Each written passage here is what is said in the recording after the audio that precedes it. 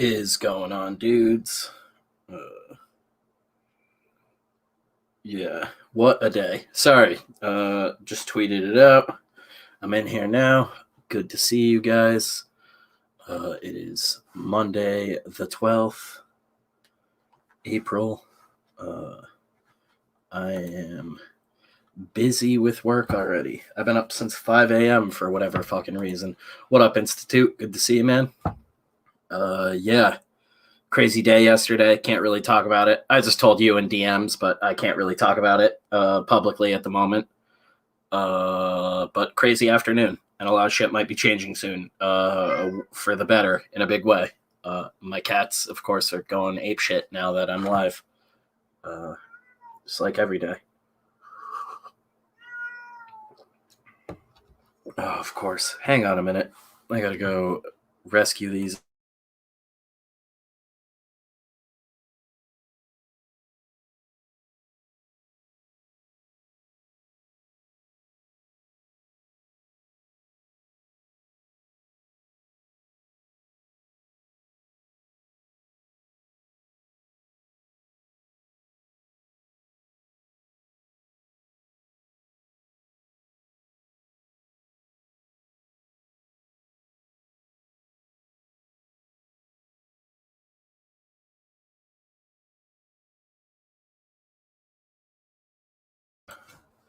Gotta love it. Just being loud to be loud. Normally he's like got himself caught up in something.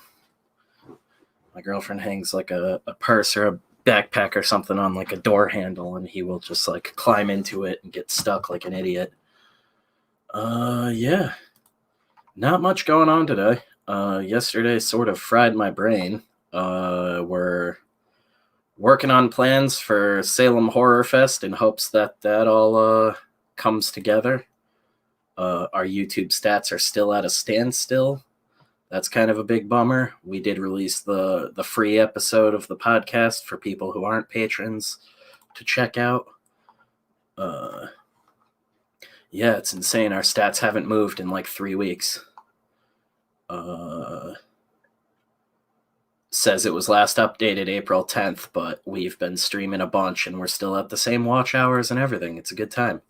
Nothing registering. YouTube not giving a shit anymore. Because fuck it, why care? Who gives a shit about the people making videos and content on your platform? Why should you? Yeah, I don't have much to talk about. Trying to think. We're talking to a couple indies about other Death Curse projects. Getting things in order for Camp Rainbow. The Padrino stuff should be coming real soon to the Patreon, so that's going to be really cool. Can't Kill Cade 2 is on its way, and 3 hopefully shortly after. Yeah, it's everything's going great. It's not going to be a long one today because I have a bunch of shit to do. Probably go for like 15 minutes or something. Just have our coffee and hang out.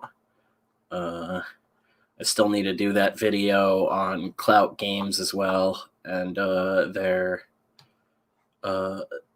demo prototype Ill, because I'm real excited for that guy.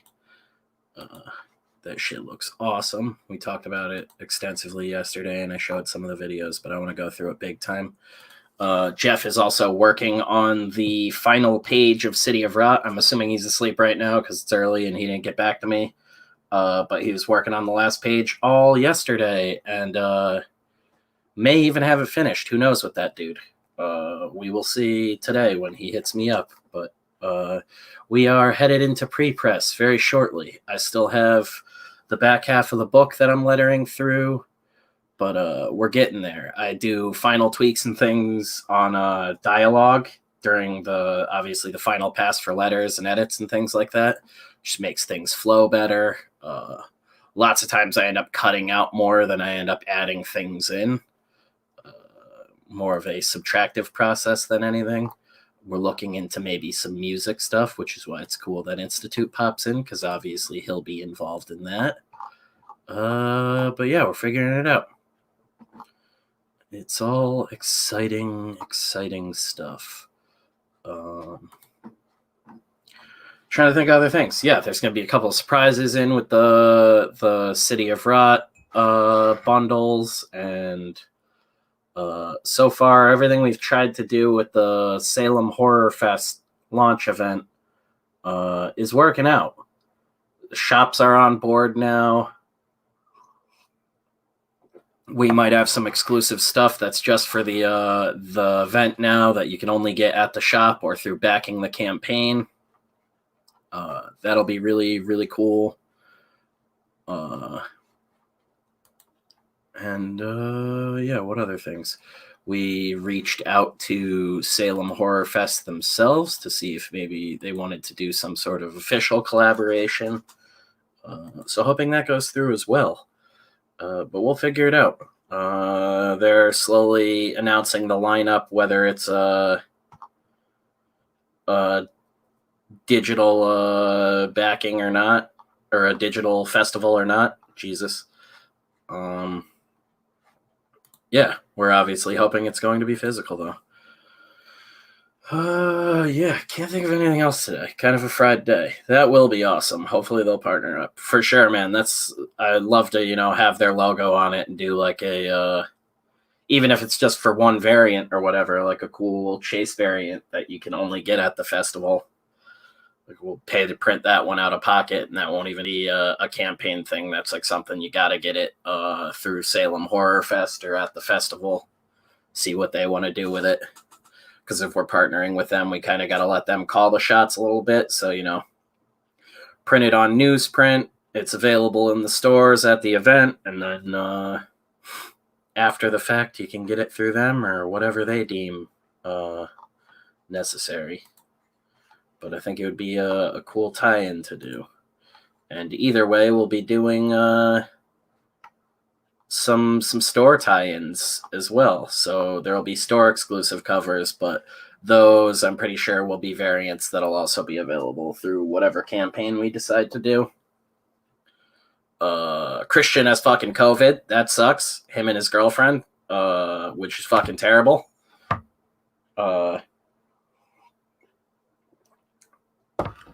Praying for them. Send them good vibes, guys. That's fucking crazy, and hopefully it's not too prolonged, because it sounds like it fucking sucks. But we should be heading along with the Voidwalker Collected Edition shortly after City of Rot. Once we're a good like halfway through fulfillment on City of Rot and everything, and packages are going out, I'll feel a lot better with that. And the big secret thing I can't talk about is really going to help with fulfillment and things if it goes smoothly.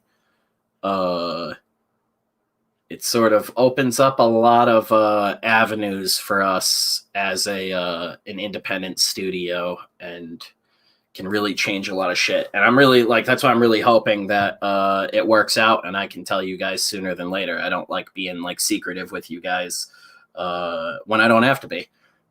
What is up, Ash and Jackal? Good to see you. What's up, DJ2K Comics? Great to see you too, man. Yeah, it's a slow day. You guys didn't miss much. It was 9 minutes of me ranting, trying to remember everything I'm going through, just because the weekend ended up blindsiding me with a lot of big news, and I'm sort of still processing all of it.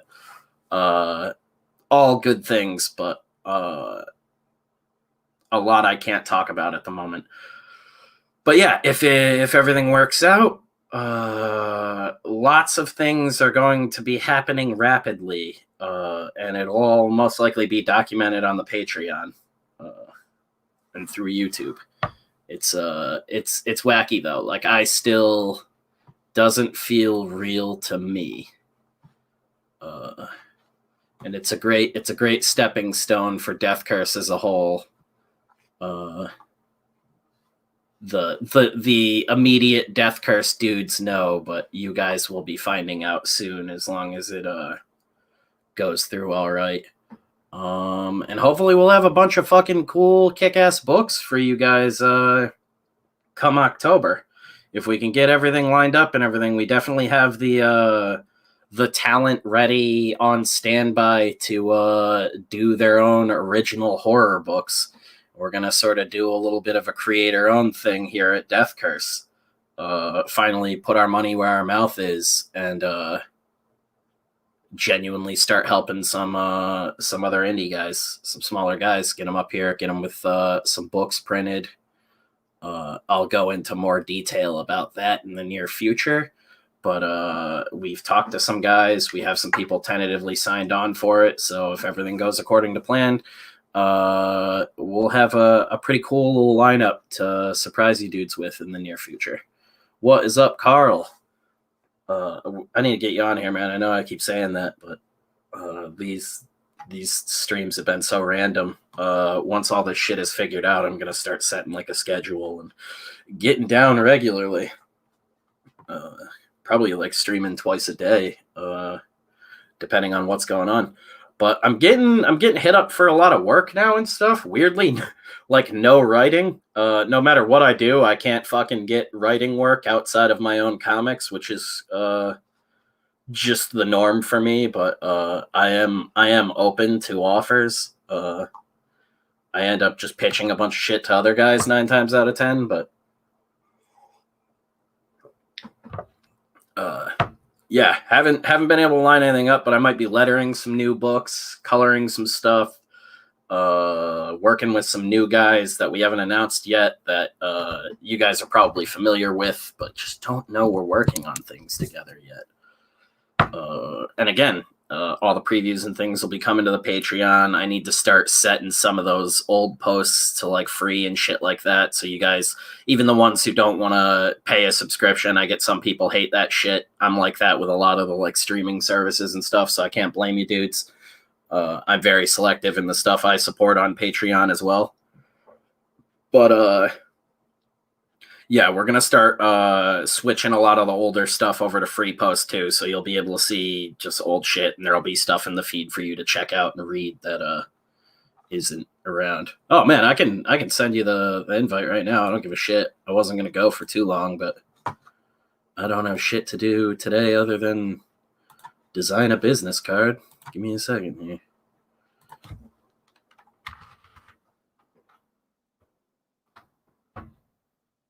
This Twitter shit on computer is wacky to me.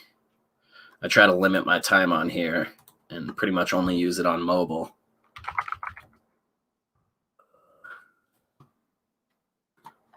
So using it on my desktop is a little strange. Yeah, there you go, man. I just shot you the link. Yeah, moving on up and bringing people with us. I can tell you the Padrino project has grown a little bit.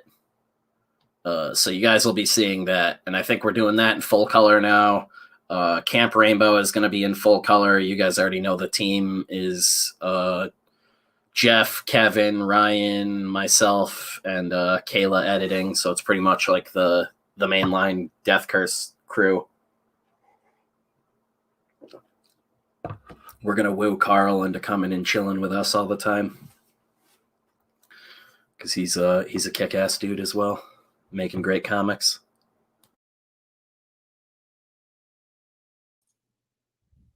What's up, dude? Hey, man. What's up? Just getting started with the day. What time is it there for you again? It's like 1:30 in the afternoon. Oh, all right. Yeah, that's not too bad. Yeah, it's 8:30 here. See, whenever I hear that shit, I get jealous. Yeah. I always hear that stuff. It's like, it'd be like 3 a.m. for me. And I ask someone on like the East Coast and they're like, oh, it's just 8 p.m. Oh yeah, man. It's great when it's not winter anymore, which it's like just getting out of all that. Like it's warming up and everything, but winter fucking sucks here. It just feels like it's nighttime all the time. I get a lot of work done, but there's just jack shit to do. Yeah, over here, man, it's just gray. Oh yeah. We just have the weirdest fucking weather. And I just desperately want to visit there. It's good to visit. I'd still be like, I'd be so confused if someone visited and was like, "Oh, Carl, like show us the shit," I'd be like, "Just what? You just want to go to the pub? That's like Yeah, that's pretty it. much. That's all there is. You want to look at some rocks and go to the pub. That's it." Yeah, my dad went with like a bunch of my uncles years ago, but it was before like any of us could really drink or do anything. So they were like, "We're leaving the kids at home," and that's like all they did. They saw like a couple historical locations the first day they were there, and then all the Irish dudes they ran into and the little bit of family we still have around there. We're all just like, "Let's go get shitted." I was like, that's awesome. My dad came back with like an Irish like commando sweater that's like his most prized possession now. Irish commando sweater. Yeah, I don't know what the fuck it is. He got it from some like military guy up there, and it's Okay. There's like, a bunch of like military surplus stores like all over the place. yeah, it must have been something like that. But one of these like old Irish guys gave it to him, and it was like a treasured gift of his. It's hilarious. We make fun of him for it all the time. Oh, that's crazy. I'm such a fucking weirdo that I have like, I don't know, the weirdest taste in fashion. For a while when I was going to college, I went pure hardcore and I shaved my head and I only wore like jeans and gray t-shirt like every Oh single day. yeah, that's huge over there. Like I did vocals for a post-hardcore band for years, and we actually like had a weird following over in Ireland. We had dudes that were like wearing our clothes and ordering it all the time, and Oh, that's crazy. we Well, I found was like, I wasn't like pure hardcore. I was just got way into Henry Rollins, and I was like, let's get rid of all fucking yeah. flowery bits of your Well, personality. I And was like, gonna I say, just wore plain shit and like had it set out every morning because I was going to art school where it was like everybody was fake and they yeah, weren't real about art, and it was like their art was just their fashion. So I was like, fuck you guys, I'm going to do the exact opposite. I'm only yeah, going to be real with my art and I'm just going to kill the fashion. And I was like trying to get a coat and I was like, what's the most like personalityless fucking like yeah. I found out bland over coat? there, like the like old school hardcore scene. A lot of that is like Roland's inspired, and it's got like a skinhead movement to it. But I found out it's not like Nazi skinheads. It's literally just like No. dudes that shave their heads to look like Henry Rollins, which Yeah, well, like no, a lot of the skinheads now are all pussies. yeah, no, I They're attribute all them to like fucking scene like, kids out here. They're like dude, skinny that's jeans exactly with it. their shaved. That's like when the band was going, we were like a bunch of drunk idiots that were playing like experimental metal that happened to be hardcore, like leaning, and everybody else was those like flippy haired, everybody stomp in unison and jump around in unison like cookie cutter hardcore bands. It was always the weirdest thing, and we were like 3 years older than every band that we played for or played with and like opened for, and then it got to a point where we weren't opening for people anymore and playing bigger shows, and our drummer ended up getting real bad with heroin, and we just sort of broke up. Wow, that was like a whole life in a short trip. Yeah. But Quick yeah, couple of years, we did the whole Motley Crue thing and got the fuck out. Hail Carl. when I was doing like band stuff, like early teens, I kind of gave it up when I was like 15 or whatever. But we were full on like Motley Crue, trying to do Motley Crue stuff. Oh yeah, that's where But a it was lot of kind of the dudes in my band like came from, was like weird hair metal and shit, and just got progressively heavier over time. And I was like, I'm a fan of that stuff, but I'm not trying to do that music. I don't know what a 6'5" fucking fat broke dude up. looks like in cheetah print, but I don't want to find out. Yeah, that's always the horrible shit because I still see that now because some of those guys are still doing it and they're getting worse. They're getting like, I was always going darker and they were always going like lighter and brighter and going to like Poison and shit. And I was like, why are you doing like this? These are just like dudes dressing up as women. Like, this isn't fucking metal. Yeah. Now I can't And tell if it's a chick on the car or the guitarist. yeah, I was like, this is not like about drugs and whores and stuff. This is like about partying and dressing up like a girl. I don't That like this. was like, And did you see the Motley Crue movie on Netflix? I heard it was awful, and I Oh heard my. they like cleaned it up. That's the thing, is it's like inconsistently cleaned up. Like the movie opens with MGK, who I think was supposed to play Tommy Lee, if I remember correctly. like going down on a chick at a party, and she just like squirts across the room, and then they tone down like everything else after that. But I'm like, if you open the movie on that note and set the bar, why don't you just stick with that? And they didn't. It's like really weird and all over the place, and then they do that forced like they try to get really sad right in the middle of the movie, like those old VH1 movies they did in like the early 2000s. If you ever saw like that, the band breaks up and they all have to get the back together. Def Leppard movie they did. No, That's Def exactly Leppard it. did a movie. VH1 did a movie with them back in the day. It was like a made-for-TV movie, and it has one of the gnarliest car crash scenes in a movie, and I feel like no one's ever seen it. That's like the main event for Def Leppard. Yup. I heard you know, they were trying to make that Queen movie Forever, and Sacha Baron Cohen was attached to it, and he was going to play Freddie Mercury. That was probably around the same time originally, where because like there was a weird slew of like made for TV rock and roll movies like that. Yeah, but apparently Sacha Baron Cohen wanted to do like the full thing. He wanted to show Freddie Mercury like at his best and at his worst, you know. And that guy was fucking wild. And they were talking to what's the name of the guitarist? That guy. I fucking hate God. The guitarist from Queen. They were talking to him like whoever he was doing the Billy movie May, with. is that it? Brian May. Jesus, Billy May. I'm thinking Billy Brian May May. is in Billy Brian May May. his ex cousin. Yeah.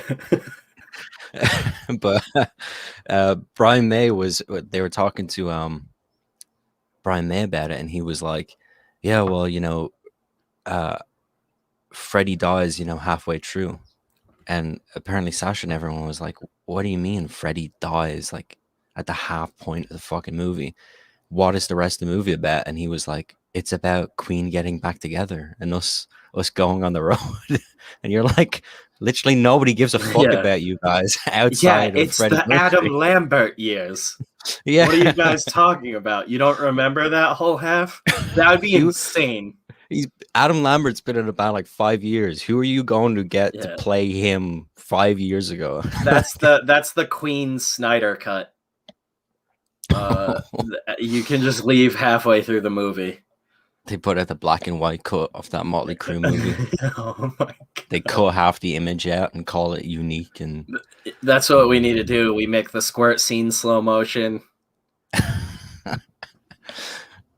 Just start that. You could do a whole YouTube channel of that, Carl. Just Snyder cuts of other movies, putting in weird music that doesn't fit with the tone of the scene.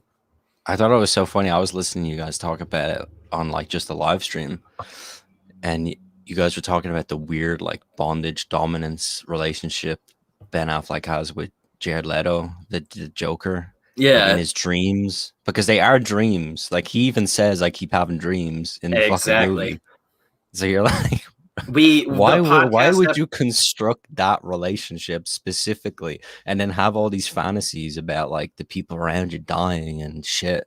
Yep, it's so weird. We did the episode on it like a couple weeks back now when the movie came out, and it ended up going into 2 parts. Like the podcast episode we did on it is almost as long as the movie. Yes, and I feel bad about it because I did not enjoy that movie at all, and ended up being surprised at how much I actually enjoyed a lot of the Flash stuff and how much people hated it.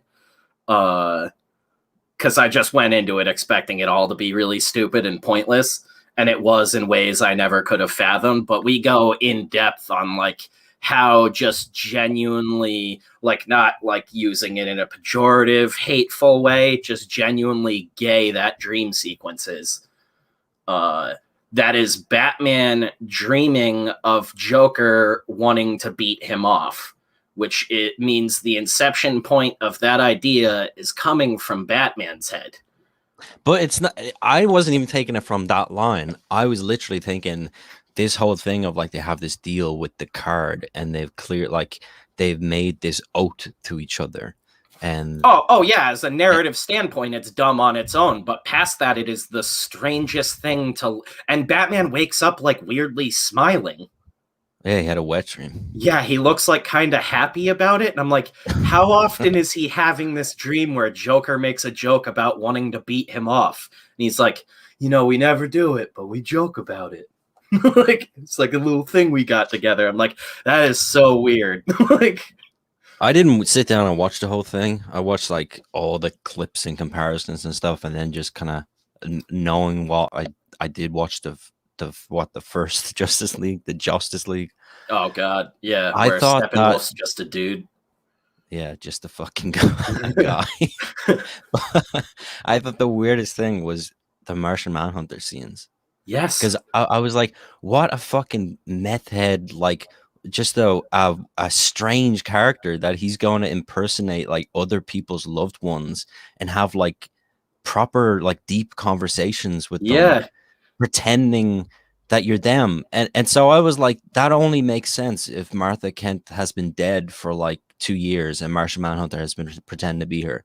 Because in a world where Martian Manhunter exists and Martha Kent exists, why would he ever pretend to be her? Yeah. And Why wouldn't how she does he just know the show up? intricacies of her and Lois's relationship as it has been shown to the audience? I think he can like read minds and stuff, so like they could sort of, like backtrack and add that in a later movie, but obviously we're probably never going to see anything from the Snyder verse ever again, which I'm not too torn up Can he about. read minds?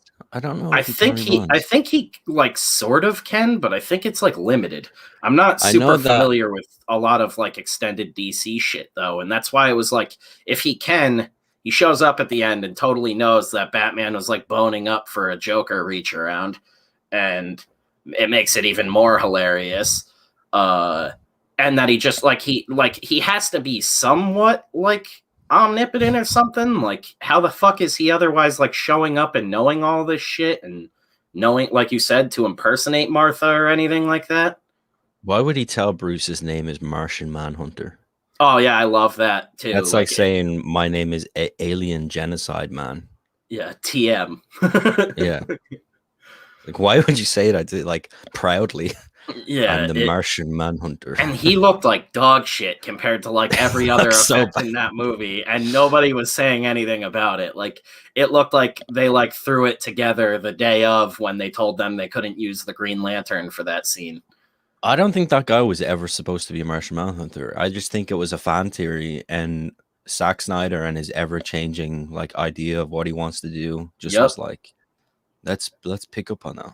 Let's the put that dude in it. the dude clearly lives on the internet and buys into all sorts of clickbait and shit the way he acts in interviews and stuff, and it was very much like that's what it felt like in that first scene where he like walks out as Martha and turns into himself and then turns into the Oh, general that guy. looked like such shit CW like TV Yep. fucking awfulness. That was And it was, so like there was nothing to that was evocative. There was no reason for it. yeah, Like exactly. nothing about it. And then he even talks to her as fucking what's it, Henry Lennox, whatever his name Yeah, is.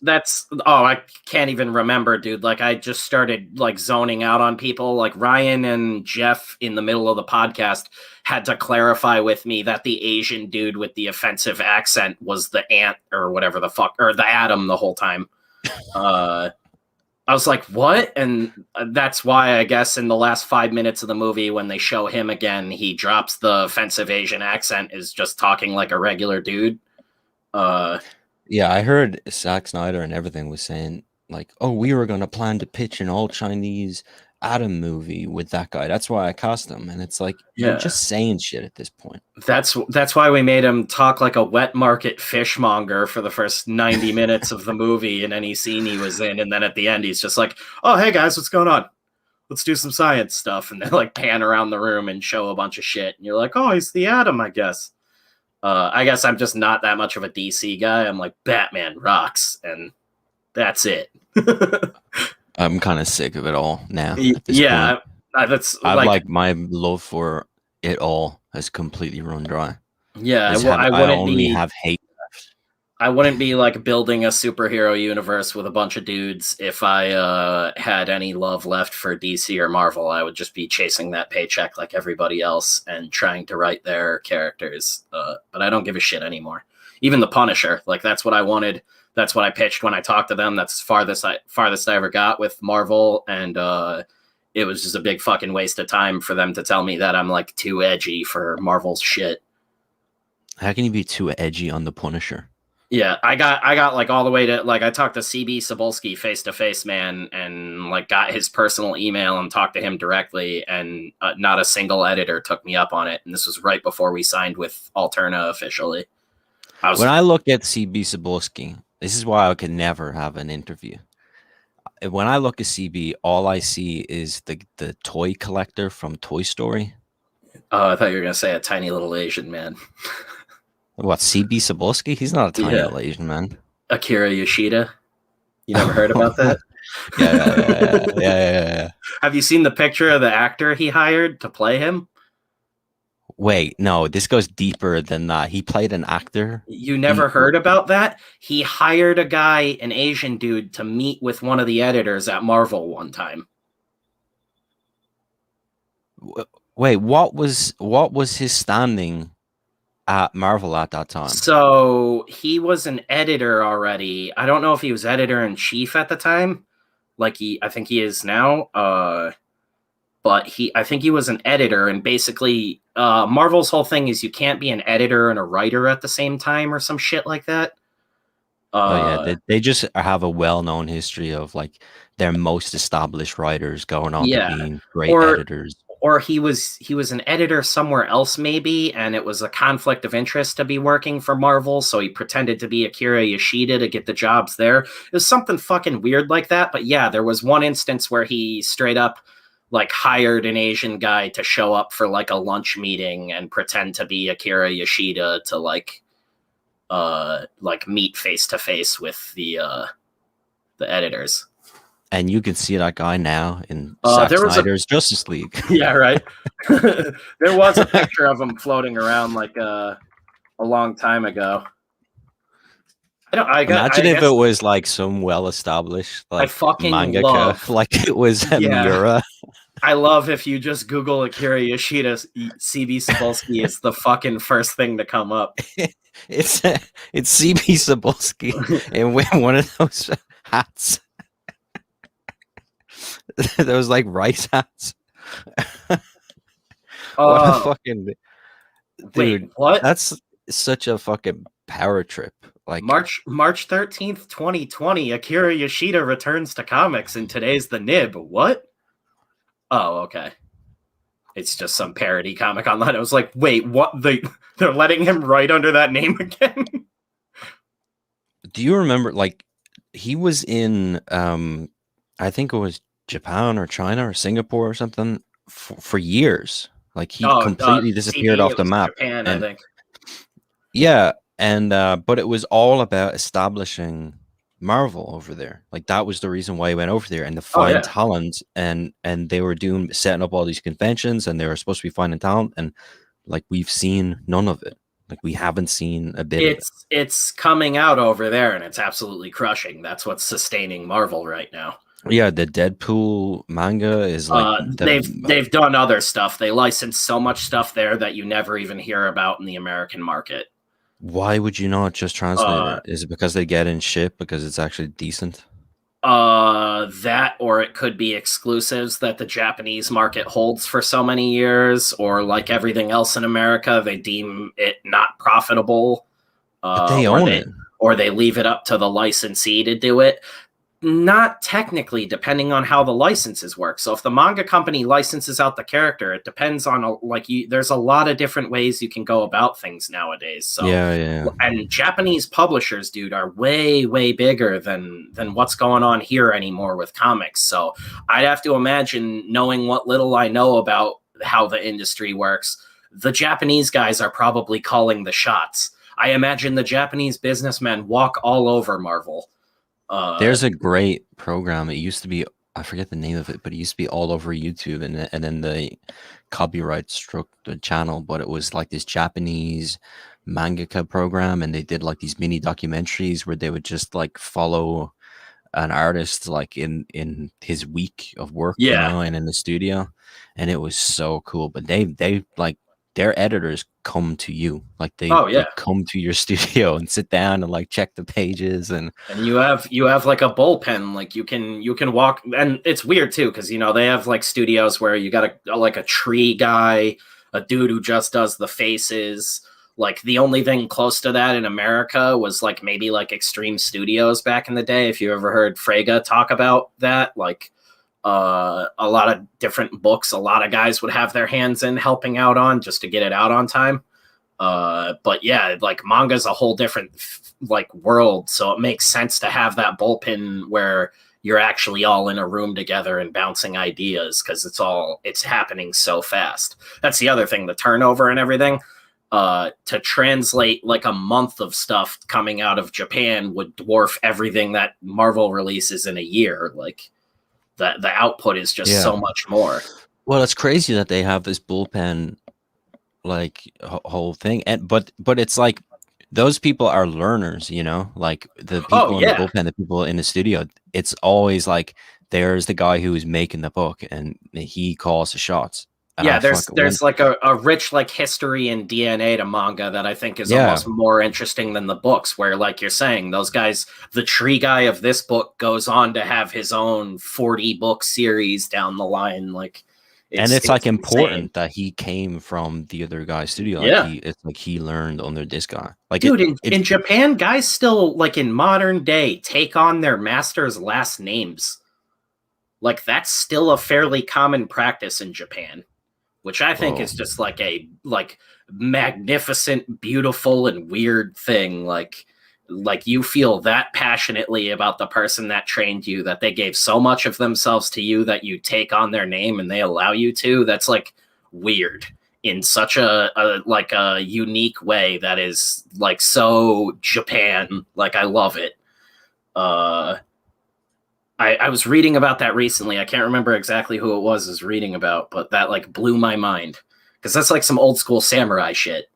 Yeah, that's crazy. Well, I even because they go into like they have all these not rituals, but like when they finish a chapter, the whole crew goes out, and they Yep. go out and they talk about the next chapter, and they have their notebooks and stuff, and they go out for food, and some of the publishers might come down or whatever. But even they, like in the documentary, they were like, it was a Japanese documentary, but they had like these English sort of like pointers that someone clearly edited over it to explain some stuff. Yeah. And they were saying like even when it comes to sitting in a room, the lowest on the rank sits with his back to the door, closest to the door, and the Yeah. highest sits furthest away, facing the door.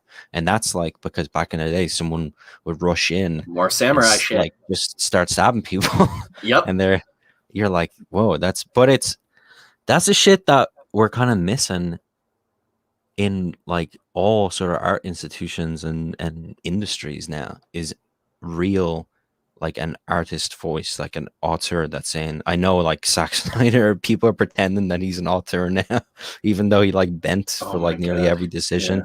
But like I saw, like the Star Wars High Republic People talk about him books. like he's Tarantino, and it blows my mind.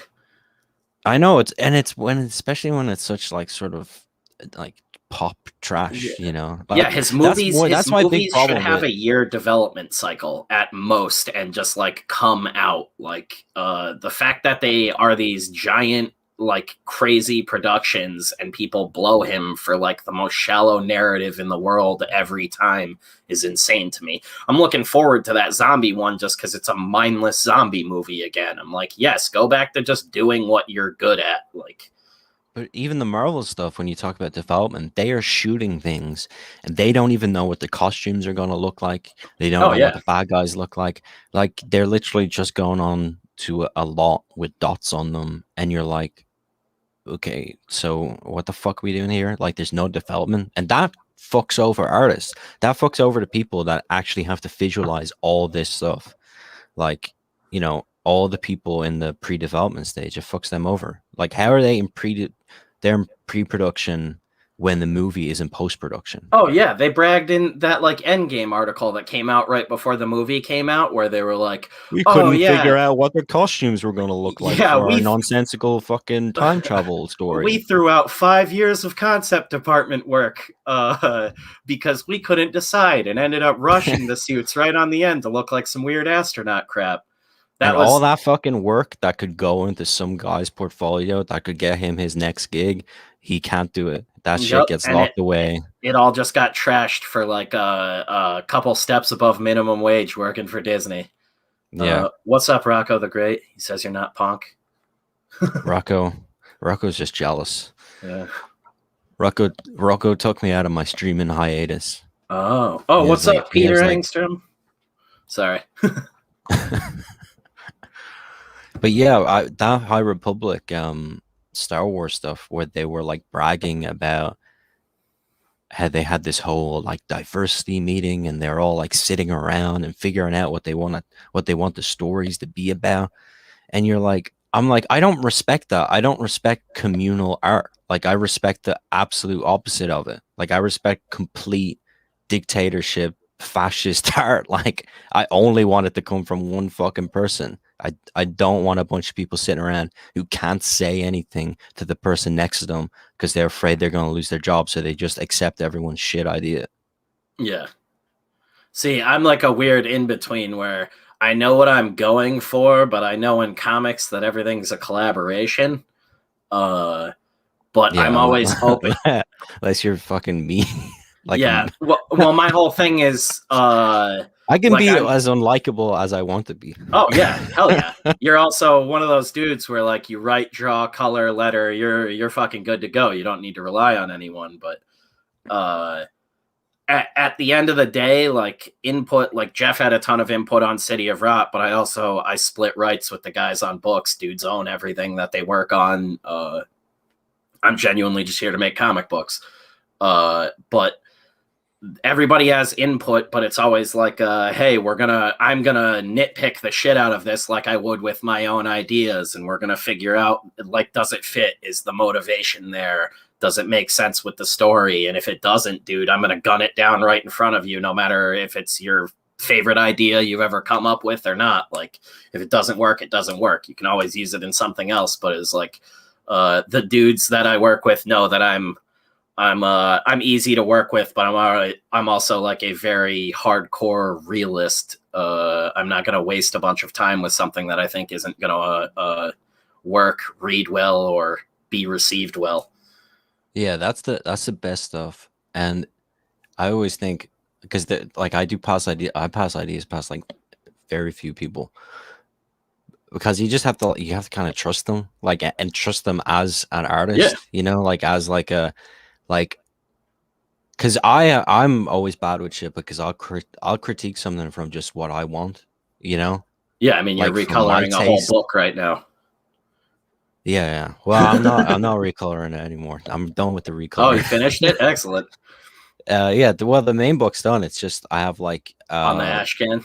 4 pages and some double splash stuff for the ashcan, the ink, I'm and stoked for it, then man. and then that's done. And then because I redesigned the logo, because well, there's an example. I redesigned the logo, Yeah, so I I kind of know have how to it goes. fix up the. Yeah, I mean it's terrifying. It really is terrifying. I should, because where I'm at, like I'm like I should only be putting out comics for like 20 people. That's what it was doing before when I was working on it before. It was like 20 people. And I'm like, yeah, I'm I'm the richest man in the world. 20 people bought my single issue, you know? Hell yeah. And but now it's like it's fucking terrifying. You're like, oh God, this comes out and it hits what it hits, and then you're like, if this gets out and it's shit, I'm done. Like Oh it's no, over. man, be excited for it. It's a finished comic. From what I've seen of it, it looks great, and it's a huge feat to do all of that on your own. I know how hard it is to make a comic with a whole team of dudes. I've done it a bunch, but it's a whole different world doing it all on your own. So you should be nothing but proud of what you've done. And just don't even think like that. Just be excited for it to come out. The people who love it will always find it and far outweigh the people who hate it. That's all you got to worry about too, is the people who want to read your shit. Everything else is just noise. Oh, thanks, man. But yeah, like that's what Death Curse started out as, and we're still technically kind of just that garage band equivalent of a studio. We're still figuring out all the legality and how we're going to set things up, because it's so small right now. It's not like anybody's bringing in any crazy money, so we all work as freelancers, but behind closed doors. We get on streams like this off air and talk about things, bounce ideas off each other. We all collaborate on projects. We're there to do variant covers and shit for each other. It's basically like the closest thing to old school Image right now. There's, CG, but that's like a giant fucking array of things. I wouldn't even say that's like one little isolated club anymore. It's enormous, and it's a bunch of little clubs. Yeah, it's literally just what you make of it.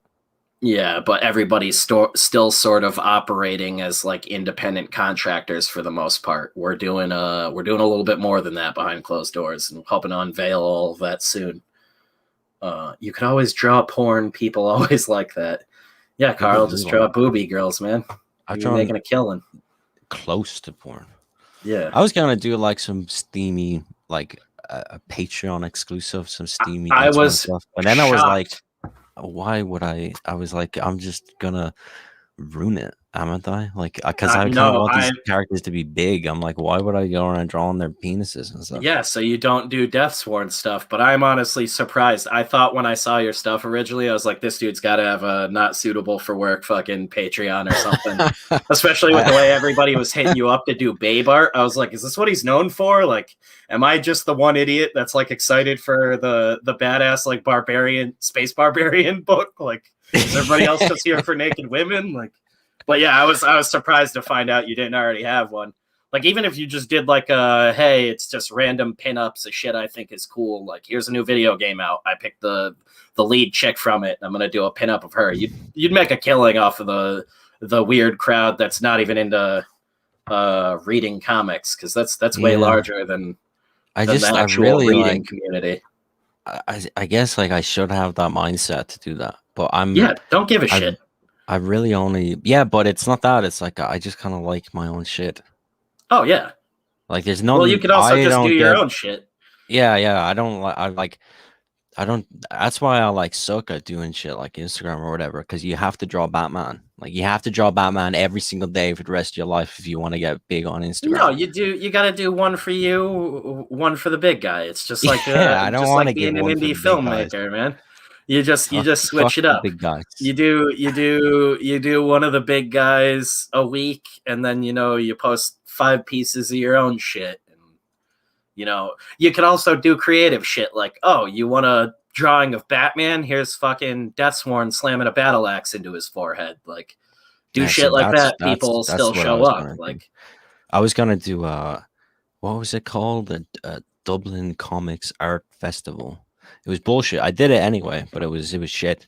And this is before like I was outed, and everybody decided to like arbitrarily hate me because I wasn't working with them. And I was like gonna draw up a poster for it, and it was just gonna be Deathsworn like ripping the piss out of everybody else's comics. But boobs, my boy. Hell yeah. Yeah, everybody's agreeing. You need the NSFW Patreon, evidently. What's up, Inkfinity, Razmaz, Ginge Gingerton?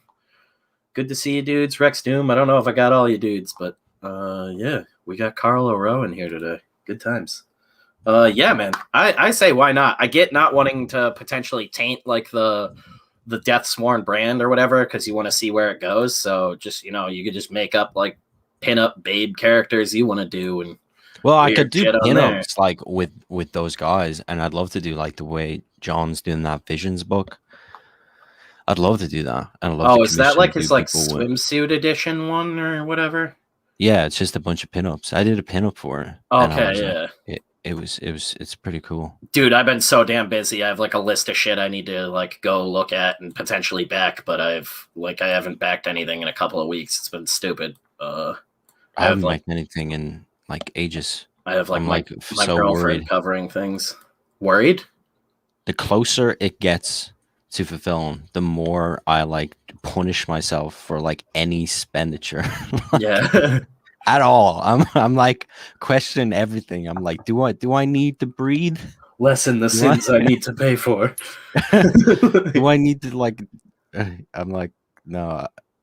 Yeah, I get that. How are you handling fulfillment over there and everything? You got a company helping you or anything? No. I've like the first thing I went out and bought was like 1,500 um mailers. What the hell is shipping out of Ireland like though? It's actually not that bad. And like Oh, the yeah, and our like postal service just got like they have like a kind of national stamps thing. So like you can print off labels from your computer from online. excellent. Yeah, I was just I And didn't want you getting fucking completely destroyed. It might make sense to like go to Malin or something like that for no, his. it's like pretty all right. Well, I have to like I've signed them and everything. So Yeah, I mean, we'll see. I want to do it. I mean, it's not that bad. There's like this weird thing where I guess like I don't know why it's so expensive to go from America to everywhere else. But if I stay within certain margins, it's fine for me going out. Like me going out for yeah. anywhere, it's It's fine. mostly like customs shit going out of America and depending on where it's going. And then COVID changed a lot of shit. The U.S. Postal Service really took advantage of everything this year and like upped a bunch of prices and stuff. We Yeah, I do don't. we do a lot of shipping at the day job, so I'm always aware of that thanks to my girlfriend. Yeah, it's pretty well. And I added on those sketch cards, and like for me, those sketch cards in my head, I was like, this is just extra for covering shipping. Yeah, You know, like I was like, I think it was like 10, like some of the sketch cards were $15 and some of them were $10. So I was like, like anytime it's paired up with that extra 10 is just in my head. I'm just putting it away, and I'm like, that's shipping. I'm not fucking thinking or worrying about that, you know. yeah, But as long as I keep that stuff up, because I do want to I want to be able to do it all me, you know. yeah. Like That's the best way to do it too. And you sort of figure out like after you get through it once, you'll be like, oh yeah, I can do this. This isn't like a crazy thing. I've worked in like shipping and fulfillment for years. I used to do it for like Staples out of high school and shit like that. I've done it for a bunch of businesses, so it's just sort of like been a part of my life forever. But it's really easy, and I think most people should be doing it. I'm actually looking forward to it. I'm like, here's like a month or maybe a bit longer than a month where I'm just doing like manual labor. I don't have Yeah, to burn my fucking brain out. you'll surprise yourself too with how fast you do it because you'll figure out some sort of method and mode that works for you, and once you get a workflow going, that shit flies. Like it's great. And like even just getting like a couple of friends, or if you got like a girlfriend or something, like it's really easy with like one other person to get a ton done, because then you have sort of like one friend that you can like verify all the labels as you're wrapping it up into the mailers. Like it works great. Yeah, But that actually it sounds fun. yeah, no, That's how fucked up it is. This life of making yeah, right. comics. That sounds fun. But all of that work doesn't even come close to like the satisfaction of doing that all on your own and knowing that you now have a book out in the world at the end of it all. Like that's huge. Yeah, I mean, I As long as honestly, you're not shipping in brown paper bags. I oh still no, we that's have I have it all set up here. Big chunky ass cardboard mailers. They're like A4 in size when you hell yeah. fold it all up. Bag and boards. I think because I have the ashcan and the book and all the extras, it's like is it golden age bags or silver age bags? Yeah. You know, like sort of magazine size bags to put everything in. I'm Yeah, almost more excited for the damn ash can. I feel like I like hit you up every you couple of would months. like it. Yeah, I know, because it's super punky and like just really raw, and Yeah. it's It's like still black and white too, right? yeah, that one's Hell staying yeah. black and white. I might like do a re-release, like a full like a perfect bound one that's all colored. Someday I'm gonna write something just for you that really clicks, and it's gonna be something that only makes sense to do with you. Because that's how I do things now, and I'll come to I'm you. I'm sort of like I'm planning ahead with some stuff, and like when I finish the first arc of Dead Sworn, when I go into the second arc, there's like this perfect moment where to bring in new stories, you know, new characters and new places in that world. And so I'm sort of in the back of my head and with some sketches and some writing, like always developing these two ideas. And I'm like, Yeah, one of them is like sort of good enough that I can make a whole story out of, and it's real cyberpunky, and it goes into like the cyberpunky world of Death Sworn, the cyber cities yeah. that are like these feudal sort of towers made by the Dark Stars that just like I love the like mock logos and stuff you had posted for the like expanded universe. It's making like fun of Disney. yeah, And then it's like people were like, we actually like this. yeah, no, greenlight all this shit immediately. Yeah, we need to get you a mangaka studio. uh, Oh, I'd like it. I would love that. I yeah, was trying to do that shit when I was in college because there was guys who were trying to do comics, and like one guy was older than me, and one guy was like right exactly the same age. And I thought that we were gonna be like, yeah, we're in it forever, man. Like we're gonna fucking like climb the ladder of success in comics and do all the indie shows and shit. no, you build your own ladder. Yeah, well, they just fucked me over. So Yeah, I was like, okay. like the end game. Like I would love to somewhere down the line have a big enough place to just have like a studio where we can eventually get the majority of the dudes in one location and actually have that bullpen set up. I remember you hit me up like a year and a half ago. Maybe Yeah, it was even this was longer. this And was you all were like, supposed to go down before COVID. Like we should have been launched last year, and we had to you put were so like, much off. we're doing a retreat. We have this Airbnb. Like, Yeah, dude, that ended up having to get put on hold because of COVID. Like we were all ready for that, and COVID happened. That's basically what we're planning to do for this October is what was supposed to happen like last year. We were going to do that for a bigger convention instead of a horror festival, but this horror festival is way bigger than that convention now. But yeah, like we tentatively had the place booked and everything. Frege was most likely going to be coming up again. Ryan Wynn most likely flying out. Kevin Castanero. I think I just started talking to Jeff at that point, but yeah, we were like open invite to a bunch of the dudes because it's like if we want to work with you, like come out, have a good time with us. That's how I became good friends with Dan. I met him at a convention. Was like, let us take you out to dinner and fucking party, dude. We'll have a good time, and we'll show you the cool shit we're making, and you decide if you want to hang out or not. I never met fun pros like that. I had an opportunity once at like a Dublin Comic Con. And like within my first fucking joke, I was outed. Like I was like pushed out of the group.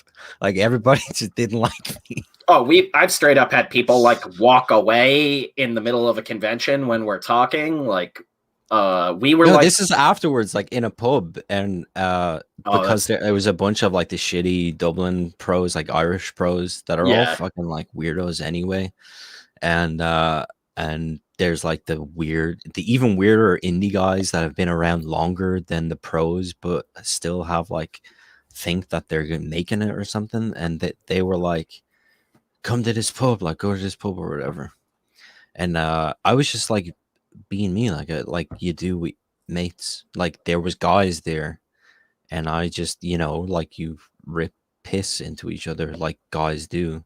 That's why the mainstream is so weird now, though, is it's fostered this community of everybody walking on eggshells, so you can't joke with anyone anymore.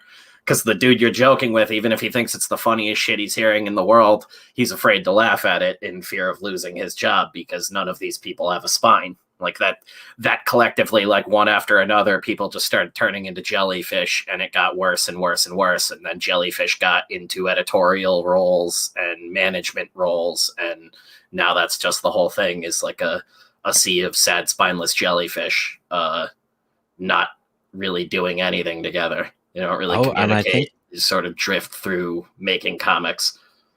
think I was like, I just turned. No, I wasn't even. I was 19, and that's when I was like in a pub, like going like, oh, this is definitely not for me. These guys are like fragile. Yeah, that I mean Like that old fucking guys, you like will find guys that in their is 40s. a huge part of the comics community, and there's a ton of guys in comics now that also got into like BJJ and MMA that just think they're like turbo badasses because of it, and then you see they're also just sad guys on Twitter all day, and it's like it's the weirdest community of like turbo insecure people who are finding new creative ways to mask that and cover it up every day. Yeah, well, I always think that whenever I see like a pro or whatever that are like so secure in their like opinion on society or culture or politics or whatever, and I'm like the whole kind of point of being an artist is that you're actually insecure of those things and you're asking questions about them. Everything is black and white, Carl.